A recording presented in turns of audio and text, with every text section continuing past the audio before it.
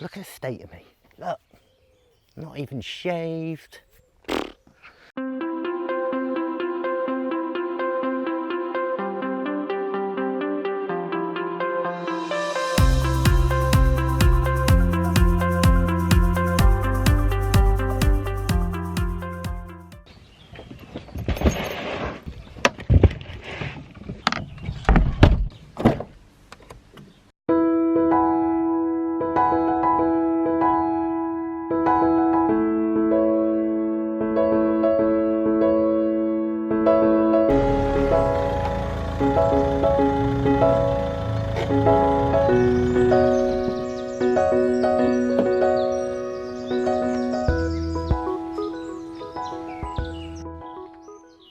Good morning guys, how the devil are you? Thanks for coming back. So we had a little bit of a break last week and yeah, I got itchy feet. I needed to get out, needed to get some more shots, needed to say hello to you guys. So I hope you've had a good couple of weeks. I missed the sunrise, standard. So the sun is quite high now, it's getting quite warm. I don't know if you can see that sort of bluish sky. It's very rare in the UK, so embracing that. So anyway, let's go and have a little look, see if we can see something, see if we can find a composition, take it from there. Let's go.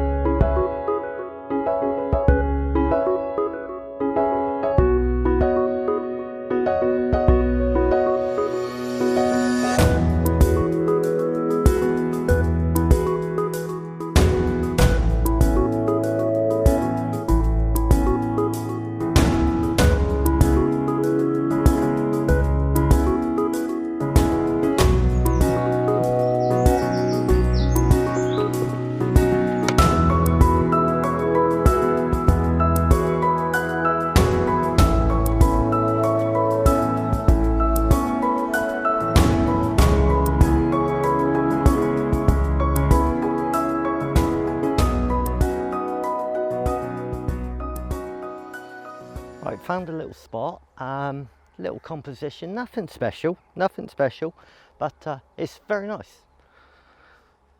That's a contradiction, isn't it? Nothing special, but very nice. So firstly, apologies about the glasses today. It is really bright, so I don't know why I apologise. So yeah, I'm going to get the cheap filters back out, I think, and see if I can smooth some of the water out. I mean, the sun is really high. Come on, guys, you know me by now. I can't get out of bed for these sunrises this early, coming up to summer. So here we are, sun high, do the best we can. So as you can see there, I've got 3 filters in. I've got, well, I couldn't exactly tell you.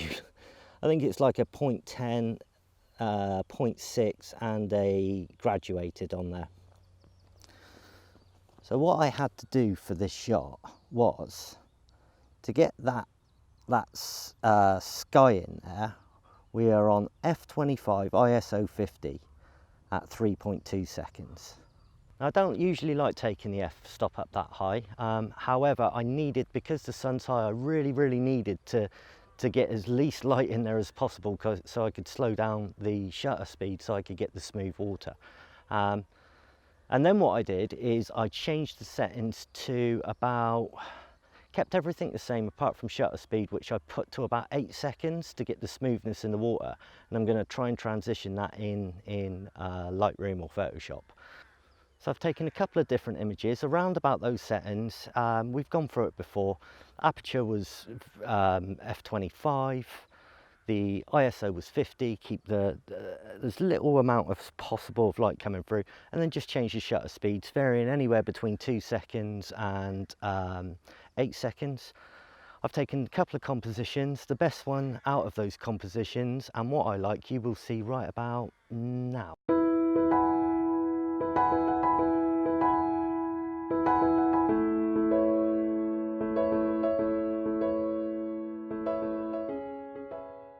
So, Raw versus JPEG, hey? Right, well, let me start off in telling you that I shoot in RAW. Most photographers I know shoot in RAW. Now the difference between RAW and JPEG is when you save as a JPEG, your camera does some manipulation to your image, some enhancement, shall we say, maybe not, yeah, well, it is manipulation of the image, but it's enhancements. So it might do a little bit of saturation, it might try and correct some of the shadows and the highlights, the whites, the blacks, etc. Now this is great, it's a great format if you want to take your camera out, you want to shoot, you want to get home, import your footage, and then from that footage you just want to maybe just touch the saturation, just a little element, and then upload it to Facebook, Instagram, whatever. So that would be a good use for it. If you're out in the field and you've got something like NFC on your camera, like the G7X has, you can touch it to your phone, get the image on your phone, post straight to Facebook while you're out here. So it's a great format, nothing wrong with it. Now, the limitations. In a lot of photography, you end up finding that it's really quite difficult to get the balance between the light and the dark. And we spend a lot of time trying to balance that out to make it like a cohesive image. Big word. So what RAW allows you to do, and why I shoot in RAW, and why many photographers shoot in RAW, is it allows you to manipulate, I hate using that word, let's not use that word, it allows you to enhance your image with much more control. So what that means is, if I was to take a JPEG and I tweak the highlights, what happens is it will tweak the whole image, so the whole image goes slightly darker. When you do that in a RAW format, only the highlights get darker. The shadows will remain the same, and vice versa, shadows, etc. You can also control the white balance of your image. So if you're out and about and you're shooting your white balance slightly off, within JPEG, it's not gonna look nice. It's just gonna put nearly a tint over everything. Whereas when you do that in RAW, it allows you to control your white balance within programs such as Lightroom, Photoshop, etc. Now, RAW is a much bigger file, so be careful of the memory card size you have. Obviously, I personally like to go with sort of 16 to 32 maximum gig memory cards.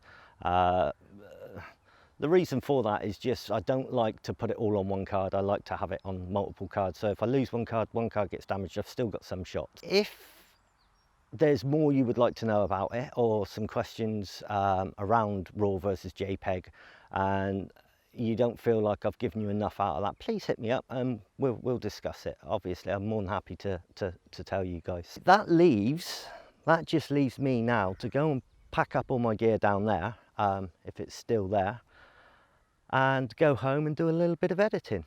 One last thing to say on the JPEG and RAW is some cameras actually shoot both. So you can shoot JPEG plus RAW, which gives you the best of both worlds. Obviously it uses, you're saving 2 images, you're saving double the images on your card, so your card's going to run out faster. But if it's something that you want your RAW to take home, put in your editing suite and really play with, but you really want to just get it online as quick as possible, use that mode if you've got it. Check your settings on your camera, JPEG plus RAW.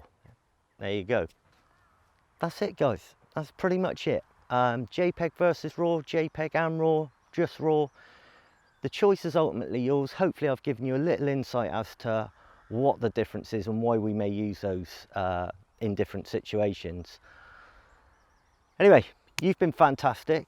Thank you very much for watching this. Please comment, like, subscribe, share with your friends as always. If there's anything you want that I didn't explain out of this that you think I can help you with, please get in touch. More than happy to help. So that's me done.